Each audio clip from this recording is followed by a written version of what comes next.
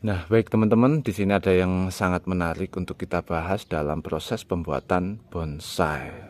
Nah, khususnya untuk para yang masih baru mulai-mulai teman-teman. Terkadang dalam proses pembuatan, khususnya menentukan cabang dan pembuatan akar, itu banyak kebingungan untuk bagaimana ideal pohon tersebut. Nah, di sini yang pertama yang akan kita bahas bagian akar, teman-teman. Nah, bagian akar ini dengan ukuran batang sebesar ini dengan akar yang masih kecil seperti ini, teman-teman. Nah, ini perlu kita besarkan. Nah, cara membesarkan akar tersebut yaitu dengan cara pengelosan. Jadi, di mana ada titik tumbuh cabang seperti ini, cabang pertama dan cabang kedua, ini harus kita elos. Ataupun dengan terusan batang utama ini harus fokus kita elos, teman-teman.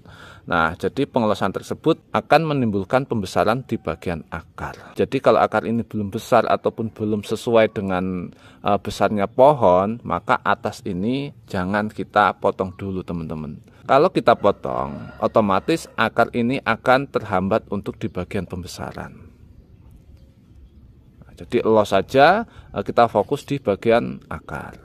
Nah, untuk di bagian percabangan, terkadang banyak beberapa teman yang sangat dibingungkan dengan menentukan cabang mana yang harus kita pakai. Nah, di sini coba kita perhatikan lagi, teman-teman.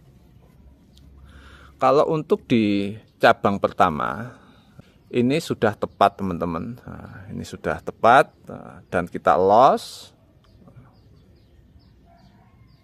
Nah, di sini sudah mecah 1, 2, 3.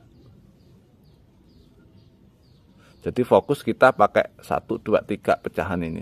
Nah, ini kita los lagi. Kalaupun nanti sudah besar, kita potong lagi di sini, teman-teman. Dengan harapan timbullah tunas-tunas baru yang akan kita pakai. Terus cabang kedua, ini sudah enak, sudah pas.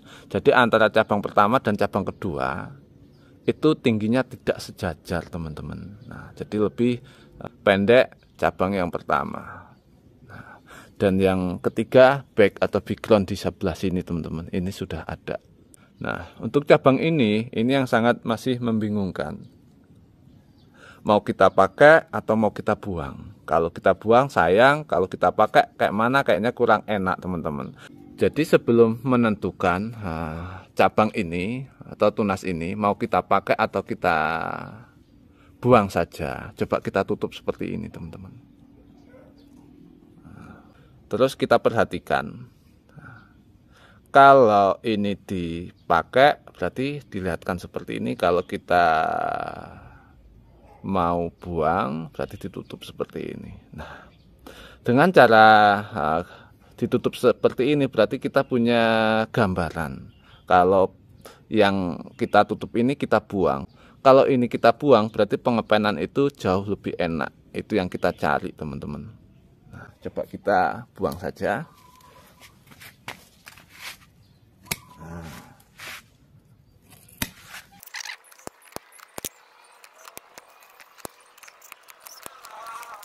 Sesudah kita buang, coba kita perhatikan lagi, teman-teman. Nah, pengepenan itu sangatlah kita dapat. Jadi pergerakan itu jelas. Cabang pertama lari ke sini, cabang kedua, dan terusan batang utama. Jadi pohon itu informal, teman-teman. Nah, jadi di sini tadi yang ada pembengkakan kita buang, nah, jadilah pengepenan. Nah, untuk langkah berikutnya kita fokus ke pembesaran ini. Jadi kalau antara ini dengan ini belum ideal, jadi terusan batang utama ini jangan kita potong, teman-teman. Nah, terus untuk pemotongan nanti ya itu pasnya seberapa. Nah, jadi untuk pemotongan usahakan antara bawah dengan yang atas ini ngepennya sudah enak lah ya. Utamakan di sini nanti sebesar ya lebih besar dari ini dikit lah, baru kita potong. Nah, terus untuk pemotongan di sini terdapat 2 titik tumbuh tunas di bagian ini dan ini. Nah, ini yang sangat membingungkan ini, teman-teman. Sedangkan kalau di sini tidak ada titik tumbuh tunas ini sama sekali tidak ada titik tumbuh tunasnya di sini, malah di bawah. Sedangkan yang diharapkan di sini teman-teman. Ini sebenarnya yang diharapkan. Tapi kalau untuk mendapatkan tunas-tunas atau mata ruas rapat, kita bisa mengulang pemotongan di sini dengan harapan tumbuh baru seperti ini. Dari tunas baru yang seperti ini teman-teman, terdapatlah mata ruas rapat. Nah, ini sangat rapat sekali. Nah, itu yang pertama.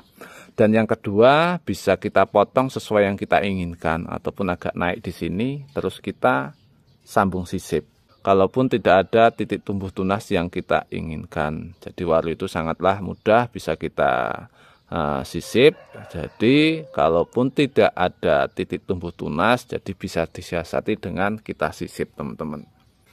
Nah, saya kira cukup sampai di sini dulu teman-teman. Mudah-mudahan video yang singkat ini bermanfaat bagi kita semua.